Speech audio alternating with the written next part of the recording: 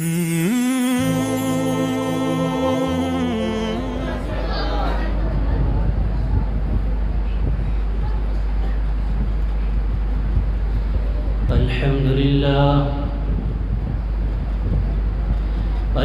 لله نستعينه ونستغفره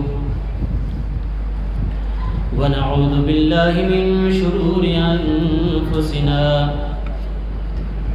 من يهده الله فلا مضل له ومن يضلله فلا هادي له ونشهد أن لا إله إلا الله ونشهد أن محمدًا عبده ورسوله قال الله تبارك وتعالى في القرآن المجيد والفرقان الحميد أعوذ بالله من الشيطان الرجيم بسم الله الرحمن الرحيم ورفعنا لك ذكرك صدق الله المولانا العظيم درود پڑھی عقیدت کے ساتھ اللهم صل على محمد النبي الأمي وعلى آله وبارك وسلم صدق الله المولانا العظيم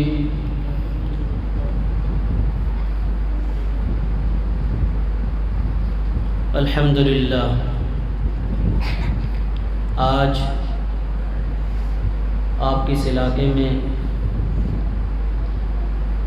اس ماہ مبارک میں اور اس آپ کے اس جامع مسجد اور مدرسے کے مدیر اعلیٰ جناب مفتی محی الدین صاحب و ہمارے عزیزہ مولانا اویس شاہ کی دعوت پر اور آپ سب کی دلی چاہت کو سامنے رکھتے ہوئے ہماری ایک پوری جماعت آپ حضرات کے خدمت میں حاضر ہوئے ہیں۔ دراصل یہ ایک بہانہ ہے، ایک نسبت کے بہانے سے ہم اور آپ حاضر ہوئے ہیں۔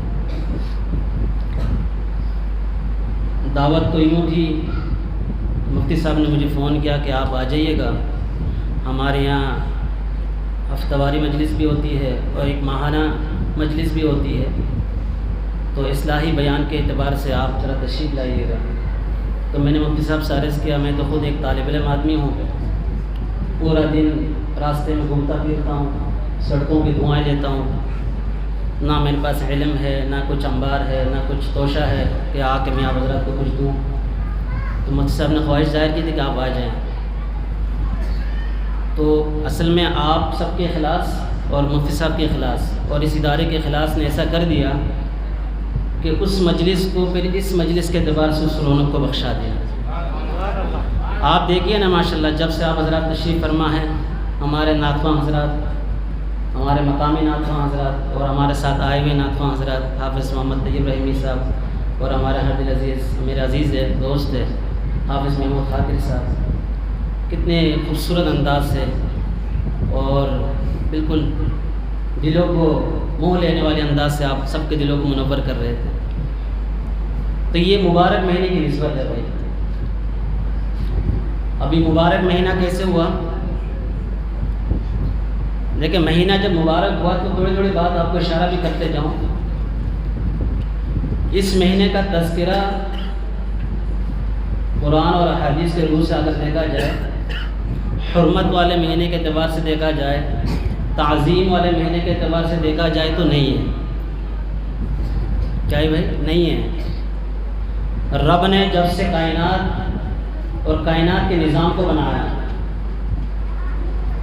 دنیا جس کو ہم دنیا کہتے ہیں، اوپر دیکھتے ہیں تو آسمان نظر آتا ہے، نیچے دیکھتے ہیں تو یہ زمین نظر آتی ہے، پھر زمین کے اندر ہمارے علم کے اعتبار سے اس کے اندر پانی ہے، خزانے ہیں، پھر زمین کے اوپر پہاڑ ہے، ہریالی ہے، نہروں کا چلنا ہے، دریاؤں کا بہنا ہے، اور سمندر کے تحت نگاہ ایک وسیع مخلوق ہے، اور پھر اس کے اندر بادلوں کا نظام ہے، پھر اس کے اندر دن اور رات کا نظام ہے، پھر سورج کا نکلنا اور غروب ہونا ہے، چاند کا نظام ہے، ستاروں کا نظام ہے، پھر یہ سارے ایک نظام کو اللہ نے دنیا قرار دیا۔ جب سے یہ دنیا بنائی ہے، رب فرماتے ہیں میں نے پھر اس کے اندر 12 مہینے بھی منتخب کیا، اور 12 مہینوں کے اعتبار سے سال منتخب کیا۔ تو یہ جو 12 مہینے ہیں یہ صرف انگریز کے لیے نہیں ہے، یہ 12 مہینے تاریخ کے اعتبار سے، حساب کے لحاظ سے جیپنیز کے پاس بھی ہے، چائنیز کے پاس بھی ہے، ہندوستان میں بھی ہے، امریکہ میں بھی ہے، اور آپ کے پاس بھی ہے۔ لیکن ہمارے اور آپ کے پاس جو ہے وہ رب نے خود منتخب کیا، جس کی ابتدا محرم ہے اور اختتام ذی الحج ہے۔ اب اس کے اندر اللہ نے 4 مہینوں کو الگ کر کے فرمایا یہ اشہر حرم ہے، جس کے اندر 4 کو الگ کر کے فرمایا اشہر حرم، یعنی قابل محترم مہینے ہیں۔ غور کیجئے گا، قابل محترم جب فرمایا تو ذہن جانا چاہیے ربیع الاول۔ قابل محترم جب رب نے فرما دیا، پتہ نہیں کس تقدس کو سامنے رکھا ہوگا، کس درجے کو سامنے رکھا ہوگا۔ تو جب وہ گنوایا رب نے تو فرمایا رجب پہلا، پھر ذیقعدہ دوسرا، تیسرا ذی الحج اور چوتھا محرم، بیچ میں ربیع الاول نہیں ہے۔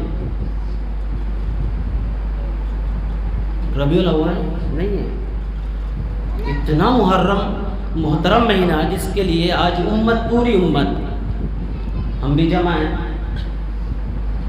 پوری مخلوق جمع ہے، بس جمع ہونے کی نوعیت الحمدللہ ہے، نوعیت میں فرق ہے، رب کا فضل اور احسان ہے۔ ہمارا جمع ہونا، آپ کا جمع ہونا، اس جمع ہونے کی نوعیت میں اللہ نے فرق قرار دیا اور اللہ نے منزہ کر دیا مجھے اور آپ کو، اس پر اللہ کا بڑا فضل اور احسان ہے۔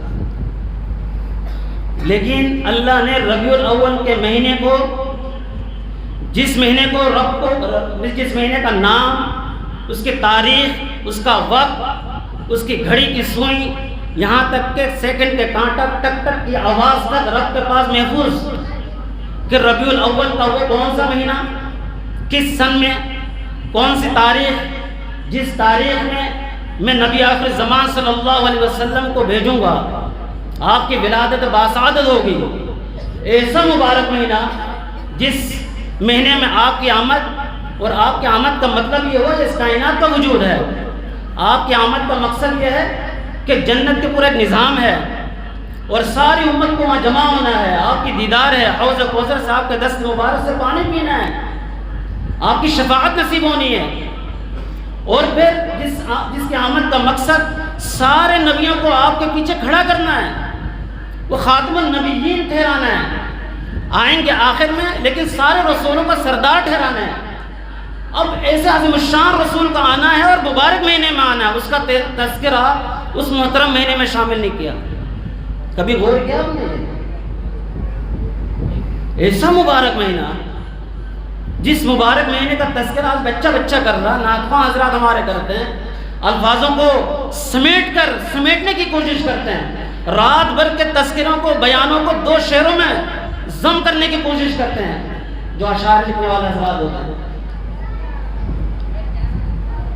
اس مبارک مہینے کو اللہ نے اس 4 محترم مہینہ جو خود نے الگ کیا، اس کے اندر ربیع الاول کا مہینہ نہیں ہے، بتانا یہ چاہ رہا ہے رب، اور رب کا نظام اور دین شریعت اور اسلام، یہ ادیان تو بہت ہے، اس ادیان میں اللہ نے دین اسلام کو سب سے اعلیٰ رکھا، رتبہ دیا۔ یہ بتانا چاہ رہا ہے کہ ضرور یہ مہینہ اور اس مہینے کی گھڑی اور وہ وقت، وہ ساعت بہت ہی قابل محترم ہے۔ ساری دنیا ایک طرف ہے، ساری دنیا جہاں کی دولت ایک طرف ہے، آسمان و زمین کے خلاؤں کو خزانوں سے اور پہ ہیرے جواہرات سے بھر دیا جائے، اور قیامت تک ساری چیزیں جو اگنے والی اس کو بھی خزانوں میں شامل کر دیا جائے، اور نبی اکرم صلی اللہ علیہ وسلم کے نام نامی کے محمد کے نوک کے شوشہ جو نوک نکلا ہوا اس کو برابر بھی نہیں جا سکتا، نہیں جا سکتا۔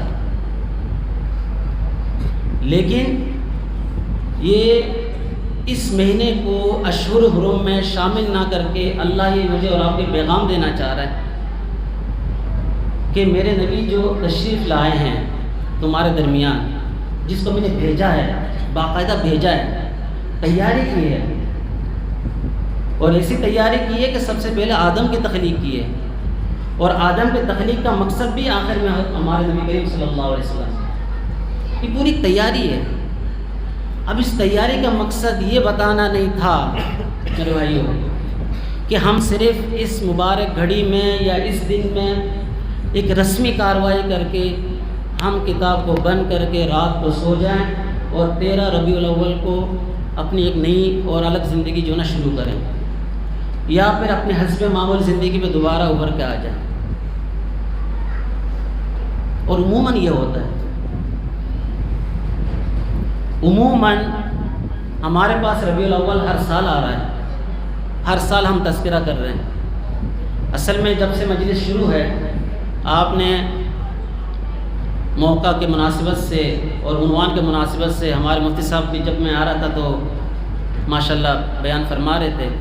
ہمارے عزیزم دوست مولانا اویس صاحب نے بہت ہی خوبصورت انداز سے اپنے منفرد انداز سے آپ حضرات کے سامنے اس شان کے متعلق بیان کیا، لیکن میں تھوڑا سا مختصر سا اور پھر الگ کر کے تھوڑی سی بات کرنا چاہ رہا ہوں۔ یہ تو آپ نے شان پر سب کچھ سن لی ہے، تھوڑی سی اگر مقصد کی بات کی جائے اور غور کی بات کی جائے، تھوڑی اگر فکر کی بات کی جائے، تھوڑی اگر اصلاح کی بات کی جائے، تو ممکن ہے اس ربیع الاول کی جو فضیلتیں اور برکتیں ہیں اور آپ علیہ الصلوۃ والسلام کی آمد پر جتنے ہم نے شوق اور اظہار کیا، اور اس کا ثمرہ ہمیں اور آپ کو انشاءاللہ فجر کے بعد ملنا شروع ہو جائے گا انشاءاللہ، مگر بشرطے کہ ہم اس کے اندر ایک فکری سوچ لے کے آئیں۔ فکری سوچ کیا ہے کہ آپ صلی اللہ علیہ وسلم کا تذکرہ حسنہ کرنا، دیکھیں نا قرآن نے فرما دیا وَرَفَعْنَا لَكَ ذِكْرَكَ، اس کا مطلب یہ ہے ہم رات بھر چیخ چیخ کے فجر تک گلا پھاڑ دیں اللہ کے نبی کا تذکرہ کر کے تو بھی کم ہے، کیونکہ رب نے فرمایا وَرَفَعْنَا لَكَ ذِكْرَكَ۔ دنیا اس وقت، دنیا کے جتنے افراد ہیں سب گونگے ہو جائے، میرا ایمان ہے، زبان بند ہو جائے، قلم چلنا بند ہو جائے، کتابوں کے اوراق کے سیاہی ختم ہو جائے، مگر رب کی جو بات ہے وہ اٹل ہے وَرَفَعْنَا لَكَ ذِكْرَكَ۔ ہم تھوڑی دیر کے لیے سمجھ جاتے ہیں، دو چار الفاظ کیا کہہ دیے، دو چار جملے کیا کہہ دیے، دو چار انداز گفتگو چینج کر کے تبدیل کر کے کچھ کہہ دیے، کچھ مجمع ہم نے اکٹھا کر لیے، رات کے تہائی حصے تک اپنے محفل اور مجلس کو اٹھا کر لے گئے، تو ہم سمجھتے ہیں ہمارے وجہ سے وَرَفَعْنَا لَكَ ذِكْرَكَ۔ نا غلط فہمی ہے، 100% غلط فہمی ہے۔ ہماری وجہ سے وَرَفَعْنَا لَكَ ذِكْرَكَ نہیں ہے، وہ ہم سے پہلے لفظ اللہ نے ذکر فرما دیا وَرَفَعْنَا لَكَ ذِكْرَكَ۔ وہ اللہ کا محبوب ہے، اللہ کا محبوب ہے، اللہ کا پسندیدہ ہے، اور اللہ کا ایسا محبوب ہے کہ دیکھیں میں ایک جمعے میں یہ بات کر رہا تھا کہ آپ کی اور آپ کی کوئی پسندیدہ چیز ہو، محبوب ترین چیز ہو، وہ کبھی آپ چھوڑتے نہیں ہیں، اس کو آپ لگا کے رکھتے ہیں، مگر قربان جائے اللہ پر، اللہ کی ذات پر، اللہ کی شان پر، اللہ کے عطا پر کہ وہ رب کا محبوب ہے، اور رب نے فرمایا سب لے لو، اور سب کے لیے، سب کے لیے۔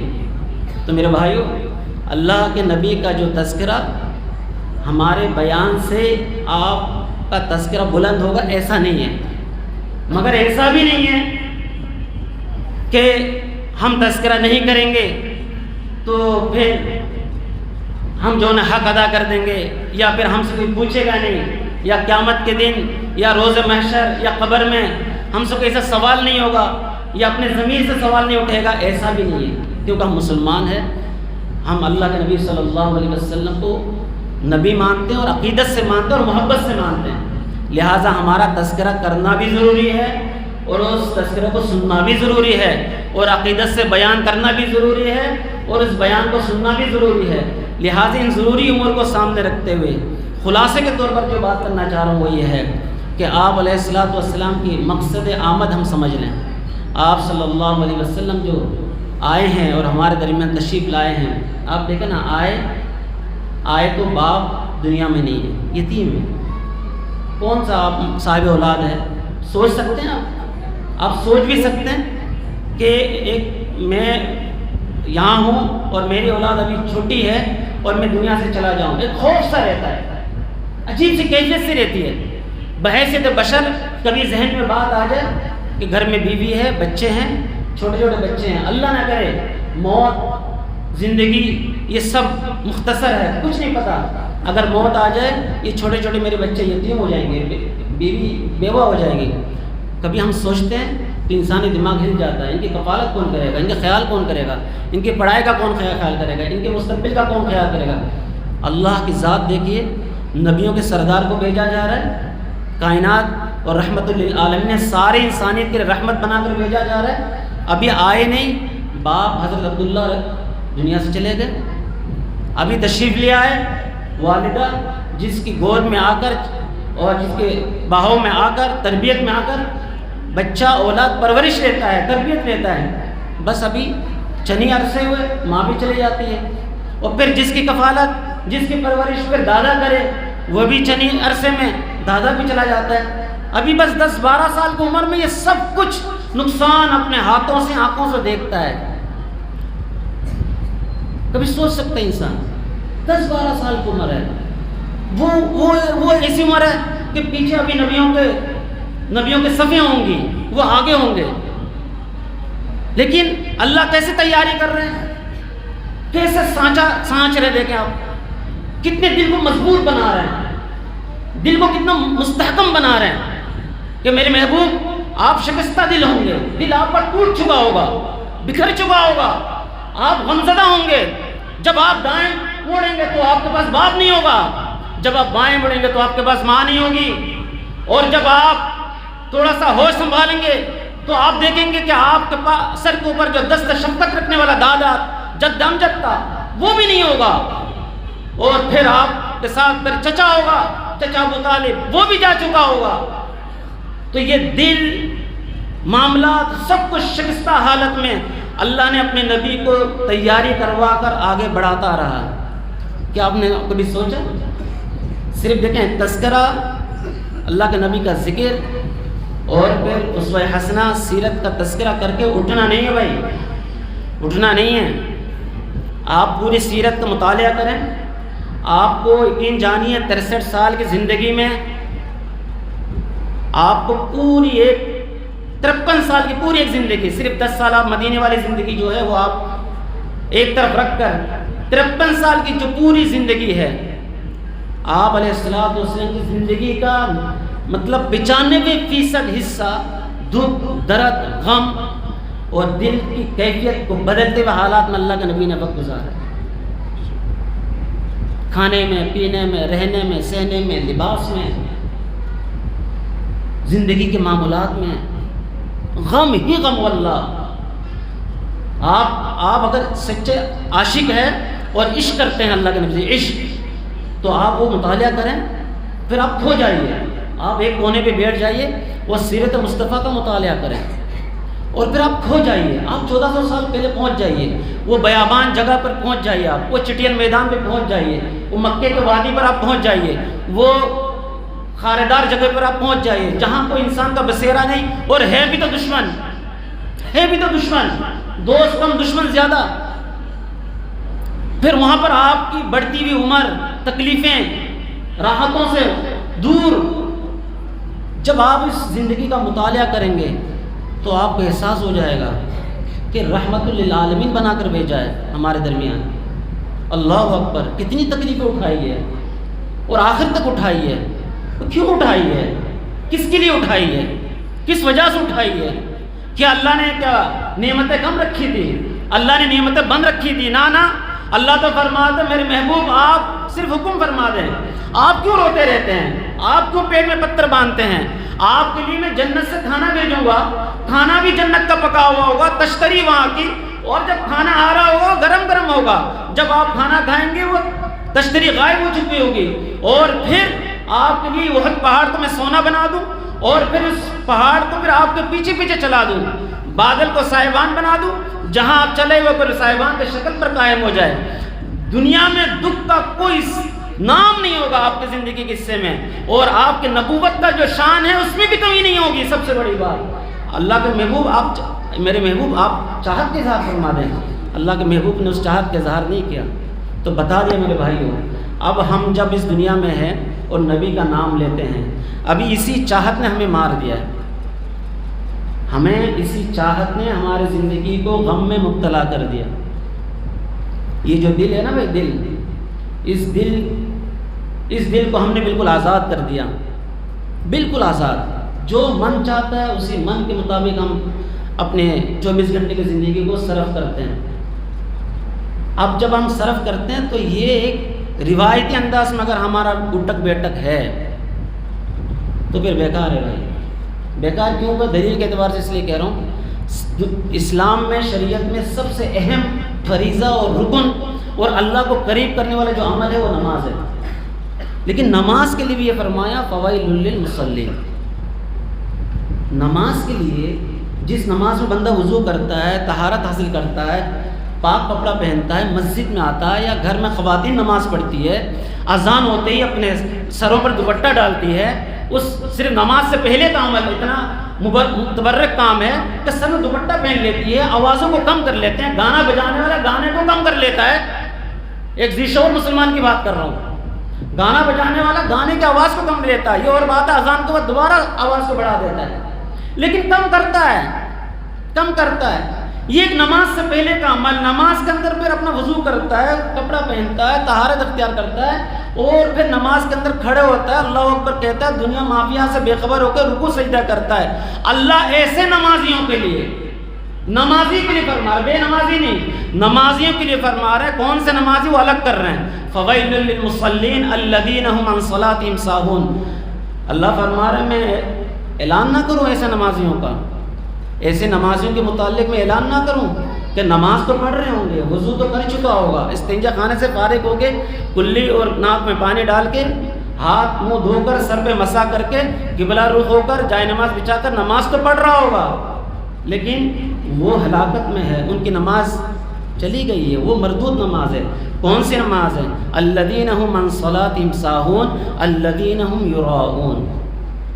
جس نماز کے اندر سست پنا ہے، کاہلی ہے، جس نماز کے اندر دکھلاوا ہے، جس نماز کے اندر ریاکاری ہے۔ یہ تو رب کا اعلان ہے نا، یہ سورۃ الماعون میں رب کا اعلان ہے نا۔ تو نماز سب سے بڑا عمل ہے، جس کی نماز ٹھیک اس کے تمام اعمال ٹھیک، اللہ کے نبی نے فرمایا سارے اعمالوں کا سردار نماز۔ نماز کے متعلق یوم آخرت میں اگر اس کا کلک لگ گیا، ٹک لگ گیا، نماز اس کے ٹھیک ہے، سارے اعمال میں پاس ہو جائے گا۔ نماز اگر خراب ہے، سارے اعمال میں اس کا کوئی بھروسہ نہیں ہے۔ لیکن ایسے نمازیوں کے لیے جس نماز کے اندر کاہلی ہے، سست پنا ہے اور ریاکاری اور دکھلاوا کا شبہ ہے، اللہ نے پھر مخفی انداز میں نہیں فرمایا کہ ایسی نمازی میرے نزدیک نمازی نہیں، ایسی نماز مردود ہے اور ان کے لیے ہلاکت و بربادی ہے۔ تو پھر ہمارا آج کا بیٹھنا اور سننا، آج کا ہمارا محفل کا سننا سنانا، میرا یہ جملہ آپ کے درمیان کہنا اگر ریاکاری کے زمرے میں داخل ہوتا ہے، اگر میں دکھلاوے کے لیے دو بول رہا ہوں، اگر میں دل میں یہ بات کر رہا ہوں یہاں آ کر کے میں آپ کے سامنے دو بولوں اور مجھے دو حضرات دیکھ لے، تو پھر تمہیں نماز سے تو بڑا عمل نہیں ہے نا بھائی، یہ ہرگز نہیں، آپ کہہ بھی نہیں سکتے، کسی دعوے سے نہیں کہہ سکتے آپ، نماز سے بڑا عمل ہے ہی نہیں، لیکن ہم اس کو بڑے اہتمام سے کرتے ہیں، بڑے عقیدت سے کرتے ہیں۔ تو اسی لیے اس کے اندر ریاکاری تو دور دور تک نہیں ہونی چاہیے، شبہ تک نہیں ہونی چاہیے، کہنا چاہ رہا ہوں۔ لیکن 100% آپ ربیع الاول کا مہینہ دیکھتے رہیے اور دیکھتے جائیں گے آگے بھی، ریاکاری کا انبار ہے، دکھلاوے کا انبار ہے، محفلوں میں ریاکاری اور نظر آ رہی ہوتی ہے اور بدبو پھیل رہی ہوتی ہے ریاکاری کی، لیکن کسی کو محسوس نہیں ہوتا۔ جہاں ہم بھٹی میں اگر رہیں گے رات دن 24 گھنٹہ تو محسوس نہیں ہوگا، باہر سے کوئی بندہ آئے گا تو محسوس کرے گا یہاں تو بدبو آ رہی ہے، یہاں تو بو ہے۔ جہاں ہم جس علاقے میں رہتے ہیں ابراہیم حیدری کا علاقہ ہے، مچھیرے حضرات کا رہتے ہیں، فشریز ہے وہاں پر، ٹھیک ہے جی، وہاں ایک اسمیل ہے، بو آتی ہے، ہمیں بھی آتی ہے، لیکن آپ چلے جائیں جنہوں نے گئے اور جو نئے ہیں وہ جاتی پاگل ہو جائے گا، یار آپ لوگ رہتے کیسے یہاں پر، آپ کو تکلیف نہیں ہوتی؟ ہم کہتے ہیں یار تکلیف تو ہوتی ہے مگر رہ رہے، لیکن اس شدت کو ہم اظہار نہیں کر رہے ہوتے، لیکن وہ بندہ اظہار کرتا ہے۔ آپ اظہار کریں گے لیکن ہم اظہار نہیں کرتے، کیوں؟ ہم وہاں رہتے ہیں، ہم وہاں ادارہ چلا رہے ہوتے ہیں، وہاں محنت کر رہے ہوتے ہیں، خدمت خلق کر رہے ہوتے ہیں، بس ہم لگے ہوئے ہیں، رات دن 24 گھنٹہ لگے ہوئے ہیں، بو آئے تو بھی رہ رہے ہیں، نہ آئے تو بھی رہ رہے ہیں، لیکن آپ کو بھی ہم ہوتے ہوئے بھی برداشت کر رہے ہیں. تو ماحول ہمارا ایسا بنتا جا رہا ہے, ہمیں پتہ نہیں چل رہا ہے کہ ہماری محفل تو ہو رہی ہے, ہم انعقاد تو کر رہے ہیں, ہمارے گلی محلوں بازاروں کو سجا تو رہے ہیں, کمکموں سے جگمگا تو رہے ہیں, ہریالی تو کر رہے ہیں, لائٹنگ تو کر رہے ہیں, لیکن ریاکاری ہے. ہمیں یہ بو نظر نہیں آ رہی. ہمیں بو جب نظر نہیں آ رہی پھر ان مارکیٹوں میں لائٹ تو ہوگی, لیکن اس لائٹ کے پیچھے پھر اس مارکیٹ کے اندر, اس تجارت کے اندر, اس کاروبار کے اندر جو بددیانتی پھیل رہی ہے, جو جھوٹ اور دھوکے سے کام لے رہا ہے, اس بدبو کو بندہ محسوس نہیں کرے گا, اور کرتا ہی نہیں, کر رہا ہی نہیں ہے. ایک عام کاروباری بندہ, ایک بڑا کاروباری بندہ, سب برابر ہو گئے. ایک ریڈی والا بندہ, ایک سنار, سب برابر ہو گئے, سب. ایک ریڈی والا بھی دھوکہ دیتا ہے اور ایک سنار آدمی بھی دھوکہ دیتا ہے. فرق کیا رہا ہے؟ ریڈیو والا بھی کوشش کرتا ہے کہ بھائی منڈی گیا ہوں, سامان لیا ہے, ابھی اس نے دھوکہ دیا اگلے نے, اس کو بھی 2-4 آلو خراب بیچ میں ڈال دوں, 2-4 ٹماٹر خراب ڈال دوں, 2-4 سڑے ہوئے نشان لگے ہوئے بیچ میں فروٹ ڈال دوں. تول رہا ہے کچھ میں سے ڈال کے بیچارہ, حالانکہ مشکل سے کما رہا ہے, 1500 کما کے لے جا رہا ہے, اپنے بچوں کے لیے مستقبل بنا رہا ہے, گھر کا کرایہ دے رہا ہے, اپنی ضرورت پوری کر رہا ہے, مگر وہ پاگل ہو گیا ہے, دماغ اس سے معاف ہو گیا ہے. وہ چاہتے نہ چاہتے بھی اس کے اندر وہ ملاوٹ کر رہا ہوتا ہے, نہیں باز آتا اس سے. اس کا ایمان, اس کا دل اس بات پر مطمئن نہیں ہوتا ہے کہ میرے بچے یا میں اللہ کی کفیل میں ہوں. یہ 2 فروٹ خراب ڈال کر, 2 آلو پیاز خراب ڈال کر میں اپنے ایمان کو, اپنے حلال آمدنی کو خراب نہ کروں. میرا یہ ربیع الاول کا پیغام ہے, میرے نبی کے آمد کا مقصد ہے کہ میں مسلمان کو دھوکہ نہ دوں, مجھ سے کوئی دوسرا مسلمان دھوکہ نہ کھائے, میری زبان سے کسی دوسرے مسلمان کو تکلیف نہ پہنچے, میرے اعضاء سے, میرے ہاتھ اور جوارے سے کسی دوسرے مسلمان کو تکلیف نہ پہنچے. یہ مقصد ربیع الاول ہے, مقصد آمد رسول ہے. لیکن نہیں, میں لائٹ تو چمکا دوں گا, شٹر میں کمکمے تو لگا دوں گا, مگر صبح شٹر کھولتی میں وہ بددیانتی کروں گا. کیا فائدہ ہوا مجلسوں کا, کیا فائدہ ہوا ہمارے بیٹک کا, کیا فائدہ ہوا نبی کے شان کے تذکرے کا؟ وہ تو نبی کا شان کا تذکرہ تو رب نے کر دیا. نبی کو تو کفار بھی مانتے تھے, ابو لہب بھی مانتے تھے, آپ کے امین کا گواہی تو سارے کفار دیتے تھے. کفار نے کہا آپ سے بڑھ کر امانت دار تو ہم نے زندگی بھر نہیں دیکھا, سب سے بڑا امین تو آپ ہیں. امانت کا اگر لفظ ابتدا اور انتہا تو آپ پر جاتا ہے, بات ختم ہو گئی. جس کے پاس امانت تو سب کچھ اس کے پاس ہے. لا ایمان لمن لا امانت له, اسی پر اللہ کے نبی نے فرمایا ایمان امانت کے ساتھ منسلک ہے. امانت نہیں تو ایمان نہیں, امانت ہے تو ایمان ہے. اب اللہ کے نبی کے لیے کفار نے سرٹیفکیٹ دیا, کفار نے جن سے خار ہے, دشمنی ہے, عداوت ہے, دشمنی ہے, فرمایا آپ سب سے بڑے امین ہے. وہ تو کفار بھی مانتے تھے, وقت کے مشرکین مانتے تھے. ہم نے یہاں چیخ کر بول دیا تو کون سا کمال کر دیا بھائی, ہم نے یہاں زور سے بول دیا تو کون سا کمال کر دیا. یہ کوئی کمال تھوڑی کیا ہم نے, یہ کوئی کمال نہیں کیا ہم نے. کمال یہ ہے کہ آپ علیہ الصلوۃ والسلام کی جو آمد ہے, جس تکلیف کے ساتھ آپ نے زندگی گزاری ہے, جس پیغام کے ساتھ آپ نے زندگی گزاری ہے, اور جس درد کے ساتھ آج 12 ربیع الاول کو آپ اس دار فانی سے رحلت فرما گئے, پردہ اٹھا لے گئے, اس پیغام کو ہمیں سمجھنا ہے. وہ سمجھ گئے تو انشاءاللہ 12 ربیع الاول کے جو خوشبو ہے آپ کو اگلے 12 ربیع الاول تو انشاءاللہ نہیں ملے گی, اللہ نے چاہا تو. آپ اگلے 12 ربیع الاول کو ہم یہاں دوبارہ حاضر ہوں گے, اللہ نے چاہا تو. آپ دیکھیے گا انشاءاللہ. اگر آج آپ نے اس عقیدت کے ساتھ, احترام کے ساتھ, یہ آپ نے دل پہ یہ بات رکھ کر آج اس مجلس کو, اس محفل کو الوداع کیا کہ یا اللہ آپ نے ربیع الاول کا مہینہ دیا, جس مہینے میں آپ کے محبوب کو آپ نے مبعوث فرمایا. اللہ آج تک کی جو زندگی ہے اس میں نے آپ علیہ الصلوۃ والسلام کی جو زندگی کا جو پیغام ہے اس کی حق تلفی کی ہے. اللہ 12 ربیع الاول کے پیغام کو میں سمجھ گیا ہوں. صرف گھر کو سجانا نہیں ہے, صرف گھر کو سجانا نہیں ہے. ہمارے حضرت جی, حضرت پیر محمد شاہ صاحب دامت برکات العالیہ فرماتے ہیں کہ لائٹنگ کرتا ہے تو کرنے دو بھائی, آپ کو تکلیف کیا ہے, اس میں جلنے کی کیا بات ہے, پریشان نہ ہو. ہاں نا, کر ہم بھی کہہ رہے کرنے دیں, اس میں کیا ہوگا. وہ بیچارہ خرید رہا ہے نا, میں ایک لفظ اس پر یہ بڑھا کر دیتا ہوں. اب وہ ہے تو چائنا کی ہے نا, ان کی معیشت کو مضبوط کرتا ہے. ایک پاکستانی آدمی ان کی معیشت کو مضبوط کرتا ہے. اتنی لائٹنگ خریدتا ہے ربیع الاول میں، اللہ اکبر، اتنی لائٹنگ خریدتا ہے، خرید کے ان کی معیشت مضبوط ہوتی جا رہی ہے.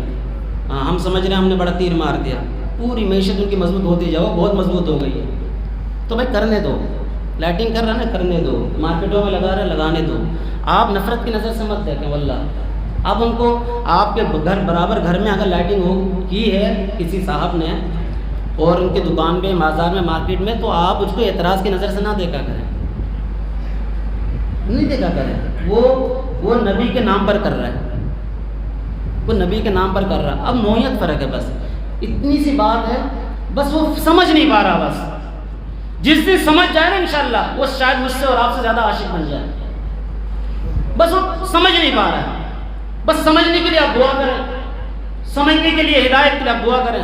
آپ ان کو یہ نہ کہیں زیادہ بار بار کہ آپ یہ بدعت کرتے ہیں، یہ بدعت کرتے ہیں. نہیں بولیں. یہ نفرت اور پھیلتی جائے گی. واللہ یہ بہت پھیلتی جا رہی ہے. ابھی دیکھیں نا، ایک دوسرے کے کفر کے فتویٰ دیتے ہیں. آپ نے بنایا تو پھر آپ مومن ہیں، نہیں بنایا تو آپ مومن نہیں ہیں. یہاں تک جملے کہہ دیتے ہیں. بھائی آپ نے ربیع الاول منایا، میلاد منایا تو آپ مومن ہیں، اگر نہیں منایا اب تو ایمان سے خارج ہے. یہ کیا ہے؟ یہ نفرت کی انتہا ہے نا بھائی، یہ نفرت کی انتہا ہے. ایک ایمان والا دوسرے ایمان والوں کو ایمان سے خارج کرنے کا حق رکھتا ہے، ایسا دعویٰ کرنے لگ گیا ہے. چھوڑ دیں، حال پہ چھوڑ دیجئے. آپ نفرت کی نظر سے مت دیکھیں. ربیع الاول کا پیغام بتا رہا ہوں. واللہ آپ نہیں کریں، آج سے نہیں کریں. آپ اپنے آس پڑوس، آپ کے پڑوسی آپ کے زیادہ، بہت رشتہ داروں سے زیادہ حق رکھتا ہے. آپ کے محلے میں، آپ کے علاقے میں اگر کوئی لائٹنگ کی ہے، کر رہے ہیں، کریں گے، آپ ان کو نفرت کی نظر سے مت دیکھیں. کرنے دیں، ان کو کرنے دیں. اللہ سے دعا مانگا کریں، چپکے سے دعا مانگیں. اللہ تیرے محبوب کے نام پر کر رہا ہے. جو بھی زاویہ یہی ہے اور کچھ نہیں ہے، کچھ نہیں ہے. ان سے پوچھو کہ عشق مصطفیٰ میں کر رہا ہوں. کچھ دوسرا لفظ تو کہتا ہی نہیں. وہ یہی کہتا ہے میں عشق مصطفیٰ میں کر رہا ہوں، میرے نبی کے آمد کے خوشی میں کر رہا ہوں. بھائی کرنے دیں. لیکن اللہ نے آپ کو محفوظ کیا تو شکر ادا کیا. یہ کہنا چاہ رہا ہے.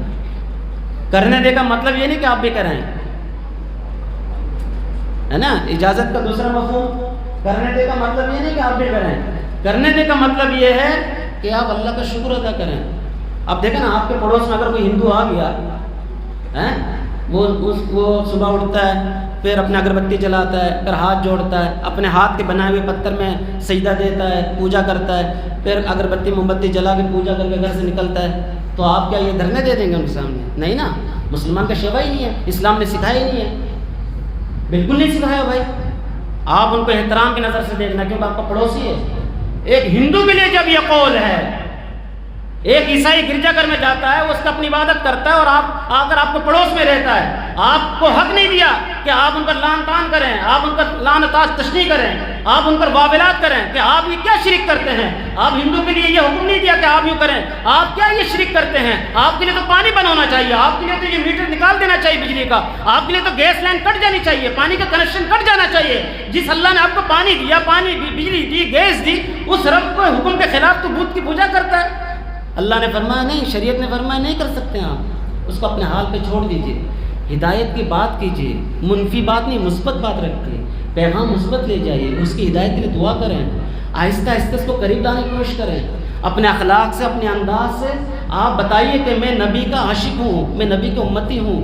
آپ جو جا رہے ہیں وہ غلط جا رہے ہیں. جب ایک ہندو اور عیسائی کے لیے دوسرے مذاہب کے لیے حکم ہے، وہ تو میرا مسلمان بھائی ہے جس نے لائٹنگ کی ہے، جس نے لائٹنگ کی ہے وہ تو میرا مسلمان بھائی ہے. یہ کون سا ایسا متنفر معاملات ہے جو ہمارے ذہنوں پہ، دلوں پہ ایسا پیوست ہوتی جا رہی ہے کہ ہم اپنے فیس بکوں پر اور پھر سوشل میڈیا پر اپنے زبان سے یا انداز سے، بیانات میں اور پھر مجالس میں یہ کلیہ طور پر آپ اس طرح سے انداز دیتے ہیں. آپ دیکھیں جتنا انداز دیں گے اتنا یہ پھیلے گا. میں بتا رہا ہوں، ہاں پھیلے گا، واللہ پھیلے گا. اللہ کے گھر میں قسم کھا کے کہہ رہا ہوں، میرے نبی نے یہ حربہ لیا ہی نہیں ہے، میرے نبی نے یہ طریقہ لیا ہی نہیں ہے. اگر غلط ہو رہا ہے تو اس غلطی کے ازالے کے لیے بہت تدبیر کے ساتھ، مصلحت کے ساتھ ان کو سمجھانے کی کوشش کی. آپ سمجھائیے نا. آپ نے کبھی مار کھائی ہے اس سمجھانے کے لیے؟ مار تو نہیں کھائی. یہاں فتویٰ دیتے ہیں لائٹنگ کی، مار تو نہیں کھائی ہے. یہاں فتویٰ دیتے ہیں بریانی کے پکا کر کھلا رہے اس کی. آپ دو چار مار تو کھائیے نا، پھر پتہ چلے کہ آپ عاشق رسول ہے اور کون عاشق رسول ہے. مار کھائیے، 2-4 جب مار کھائیں گے، جب آپ کا دانت بھی گرے گا، جب آپ کا خون بھی جسم سے گرے گا، اور پھر آپ کی مشابہت ہوگی اس جسم اطہر سے کہ اللہ کے رسول صلی اللہ علیہ وسلم کے جسم اطہر پر پتھر گرے اور خون گرے، یہاں تک کہ آپ کے نالین میں بھی خون بہتا گیا، اور پھر بھی رب کے اس محبوب نے بد دعا نہیں دی اور پھر امت کے لیے دعا دی، پھر آپ کو سمجھ میں آئے گا کہ آپ عشق رسول میں شامل ہو گئے۔ آپ نے تو کی نہیں، ہم نے تو کی نہیں، صرف جو ہے نا بس حالات میں، معاملات میں، اور پھر ماحول کو دیکھ کر 2-4 جملے بول جاتے ہیں۔ واللہ اس سے نفرت پھیل رہی ہے۔ میں آپ کو یہ پیغام دینا چاہ رہا ہوں، ربی الاول نفرتوں کو ختم کیجیے، محبتوں کو بکھیریے، آپ وہ ملیے، ان کو ملنے کی کوشش کریں، ان کو مدعو کریں، آپ بھی کبھی کبھی جایا کریں۔ جانے سے یہ نہیں ہوتا کہ آپ بن گئے، ان کو بلانے سے بھی یہ نہیں ہوتا کہ وہ بن گئے یا آپ بن گئے، اس سے کچھ نہیں ہوتا ہے۔ الحمدللہ یہ دین اسی طریقے سے پھیلے گا، آگے بھی پھیلا ہے اور آگے بھی پھیلے گا، کوشش کریں گے انشاءاللہ۔ ہاں آپ کو میری بات تھوڑی سی بالکل الگ سے لگے گی، بالکل الگ طلب ہے، آپ کو ایسا لگ رہا ہے پتہ نہیں وہاں کی حمایت کر رہا ہے یا یہاں کی حمایت کر رہا ہے، آپ ذرا کنفیوژن میں ہیں، مجھے اندازہ ہے، لیکن ہاں جزاک اللہ۔ لیکن میں یہ کہنا چاہ رہا ہوں، دیکھیں مسجد ہے نا جی، مسجد یہ اسلام کے قلعے ہیں، یہ اللہ نے آپ کے علاقے میں یہ مسجد دی ہے، یہ مدرسہ دیا ہے، یہ دیکھیں یہ بہانے ہوتے ہیں، اسلام یہیں سے پھیلا ہے اور یہ پھیلتا جائے گا، اس لیے مسجد کے ساتھ جڑے رہیے، اہل مساجد کے ساتھ اپنا تعلق رکھیے، علماء کے ساتھ تعلق رکھیے، اہل اللہ کے ساتھ تعلق کو مضبوط رکھیے، آپ کا دل ایمان بہت مضبوط ہوتا جائے گا انشاءاللہ۔ مسجد کے ساتھ اپنے تعلق کو مضبوط کریں گے اور مسجد کے ذمہ داران کے ساتھ آپ کا تعاون رہے گا تو انشاءاللہ آپ کا گھر بھی آباد ہوگا، آپ کا دل بھی آباد ہوگا انشاءاللہ، کوشش کریں گے انشاءاللہ۔ اس لیے ربی الاول لے کر میں آپ حضرات کے بیچ میں آیا ہوں، وہ یہ ہے اللہ کے رسول صلی اللہ علیہ وسلم کے ساتھ واقعتاً سچی محبت کریں اور اس دل کو سجا دیجیے، دل کو سجا دیجیے اللہ کے نام کے ساتھ اور نام محمد کے ساتھ صلی اللہ علیہ وسلم کہیے، اللہ کے نام کے ساتھ اس دل کے اندر اللہ کے نام کو پیوست کریں، اس کی جگہ بنائیے۔ فرماتے ہیں نا جی دل بنائیں اللہ کے لیے، دل بنائیں اللہ کے لیے، لہٰذا دل میں اللہ کو لانا ہے، اس کا تذکرہ کرنا ہے، تو اللہ کا نبی کا بھی تذکرہ ہے، اللہ کا بھی تذکرہ۔ انشاءاللہ ہمارے حضرت شیخ صاحب تشریف فرمائیں، اللہ کا ذکر ہوگا تو دل سے ذکر کو سنیں، تھوڑی دیر کے لیے مراقبہ کریں، اپنے مراقبہ میں محاسبہ میں فائدہ ہوتا ہے، فائدہ ہوتا ہے۔ ایک پان کیبن والا بھی جب خسارہ کر کے گھر میں جاتا ہے نا، تھوڑی دیر کے سوچتا ہے آج نقصان کیوں ہوا، اگلا دن وہ بچ جاتا ہے، اگلا دن بچ جاتا ہے۔ ایک پان کیبن والا، ایک کاروباری بندہ، چھوٹا سا تاجر، مراقبہ محاسبہ دنیاوی لحاظ سے لیا جائے تو بھی بچ جاتا ہے، آخرت کے لحاظ سے کتنا بچے گا پھر وہ بہت بچائے گا اللہ تعالیٰ۔ اس لیے فرمایا کہ دل کو پاک کریں، صاف کریں، اور دل پاک ہوگا توبہ سے یہ دل بالکل صاف ہو جائے گا، شفاف ہو۔ دل جب پاک ہوگا نا تو آپ کو یہ ساری باتیں سمجھ میں آئے گی، پھر آپ کا دل نرم ہوگا، پھر آپ کو اللہ کے نبی صلی اللہ علیہ وسلم سے سچی محبت قائم ہو جائے گی، پھر وہ جو آپ سے اس نے فرمایا اس پر آپ کا ربط قائم ہو جائے گا کہ ہاں یہ میرے فائدے کے لیے کہا ہے، دنیاوی فائدہ پھر آپ چھوڑ دیں گے، نقصان ہو جائے تو آپ کو کوئی فرق نہیں پڑے گا انشاءاللہ، اس کے لیے کوشش کریں گے انشاءاللہ۔ اسی لیے فرمایا نا کہ دل کی دیوار کو سجائیے، دل کی دیوار ہے 4 دیواری، دل کی دیوار کو سجائیے یا دل کی دیوار میں ایک نقش بنائیے، دل کی دیوار میں ایک نقش بنائیے، پھر اس نقش میں عشق محمد کو سجائیے،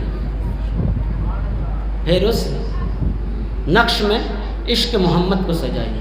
آپ کی 4 دیواری ہے دل، اور دل کے بیچ میں اللہ ہے، یہ بسیرا ہے، اللہ کی جگہ ہے، دماغ کے اندر نہیں رکھا، دماغ ہے تو بندہ صحیح سلامت، دماغ نہیں بندہ کہتا ہے دنیا میں یہ پاگل ہے، حالانکہ اس کا سب ٹھیک ہے، چلتا پھرتا کھاتا پیتا، لیکن دماغ تھوڑا ہل گیا، اتنا اہم چیز ہے دماغ، لیکن پھر کا بسیرا نہیں ہے، پر میں دل میں اللہ بستا ہے، دل میں، تو دل میں جب اللہ بس گیا، دل کی جو 4 دیواری ہے اس کے اندر کچھ نقش نگاری کا کام کریں آپ، جس طرح گھروں میں کرتے ہیں نا، تو فرمایا دل کی جو دیوار ہے اس کے اندر نقش بنائیے، پھر اس نقش میں عشق محمد کو سجائیے۔ وآخر دعوانا الحمدللہ۔